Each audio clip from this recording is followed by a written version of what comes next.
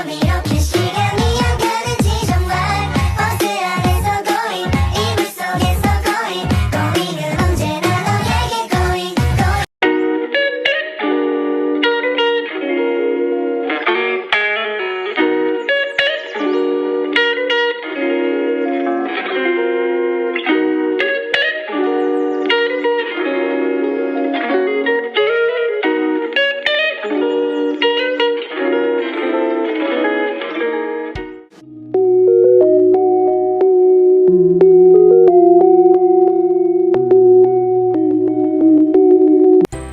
Hai teman-teman, teman-teman tahu nggak apa itu kalor? Nah, kalor itu adalah salah satu bentuk energi yang bisa berpindah dari benda dengan suhu yang lebih tinggi ke benda yang bersuhu lebih rendah jika keduanya dipertemukan atau bersentuhan. Nah, selanjutnya kalor dan perubahan suhu benda. Secara umum, suhu benda akan naik jika benda itu mendapatkan kalor. Nah, ada 3 hal penting yang perlu dipahami dan diingat, yaitu kalor untuk menaikkan suhu benda bergantung pada jenis benda itu. Yang kedua, makin besar kenaikan suhu benda, kalor yang diperlukan makin besar pula. Dan yang terakhir, makin besar massa benda, kalor yang diperlukan untuk menaikkan suhu makin besar pula. Nah, di mana dapat kita rumuskan, yaitu Q sama dengan M dikali C dikali delta T, di mana Q itu adalah kalor, satuannya joule, M itu adalah massa benda, satuannya kilogram, C itu adalah kalor jenis, massa satuannya yaitu joule per kilogram Kelvin, dan delta T yaitu perubahan suhu, di mana satuannya itu Kelvin. Selanjutnya, kalor pada perubahan wujud benda. Terjadinya perubahan wujud sering diamati dalam kehidupan sehari-hari.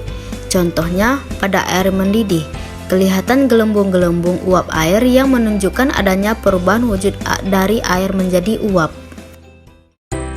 Nah, di mana kalor untuk mengubah wujud zat disebut dengan kalor laten, yaitu ada kalor pengembunan atau penguapan, di mana Q sama dengan M dikali U, kalor lebur atau kalor beku, di mana Q sama dengan M dikali L, yaitu Q adalah kalor yang dibutuhkan atau dilepas untuk berubah wujud, satuannya joule, M itu adalah massa zat yang berubah wujud yaitu satuannya kilogram, L itu adalah kalor lebur atau kalor beku di mana satuannya yaitu joule per kilogram, dan U itu adalah kalor penguapan atau kalor pengembunan di mana satuannya yaitu joule per kilogram.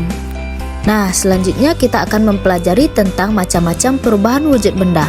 Yang pertama ada membeku, merupakan perubahan wujud benda cair menjadi padat. Yang kedua ada mencair, merupakan perubahan wujud benda padat menjadi cair. Yang ketiga ada menguap, merupakan perubahan wujud benda cair menjadi benda gas. Yang keempat ada mengembun, yaitu peristiwa perubahan wujud gas menjadi cair. Yang kelima ada menyublim, yaitu peristiwa berubahnya wujud zat padat menjadi gas. Nah, selanjutnya kita akan mempelajari tentang perpindahan kalor. Kalor ini berpindah dari benda yang bersuhu tinggi ke benda yang bersuhu rendah. Bagaimanakah caranya? Kalor berpindah ini melalui ada 3 cara, yaitu konveksi, konduksi, dan radiasi. Nah, yang pertama ada konduksi, yaitu perpindahan kalor melalui suatu zat tanpa disertai perpindahan partikel zat. Contoh konduksi itu adalah saat kamu menyetrika. Setrika yang panas bersentuhan dengan kain. Nah, benda yang dapat menghantarkan panas disebut konduktor, dan benda yang tidak dapat menghantarkan panas disebut dengan isolator. Kedua yaitu adalah konveksi, adalah perpindahan kalor melalui suatu zat yang disertai perpindahan partikel zat tersebut. Air merupakan konduktor yang buruk, namun ketika air bagian bawah dipanaskan, ternyata air bagian atas juga ikut panas. Yang ketiga adalah radiasi, adalah perpindahan kalor tanpa melalui zat perantara. Perpindahan kalor dari matahari sampai ke bumi adalah contoh radiasi. Setiap benda dapat memancarkan dan menyerap radiasi kalor yang besarnya bergantung pada suhu benda dan juga warna benda. Nah, nggak terasa materinya sudah selesai aja nih teman-teman. Mohon maaf ya jika ada kesalahan kata. Sampai jumpa di video selanjutnya. Dadah!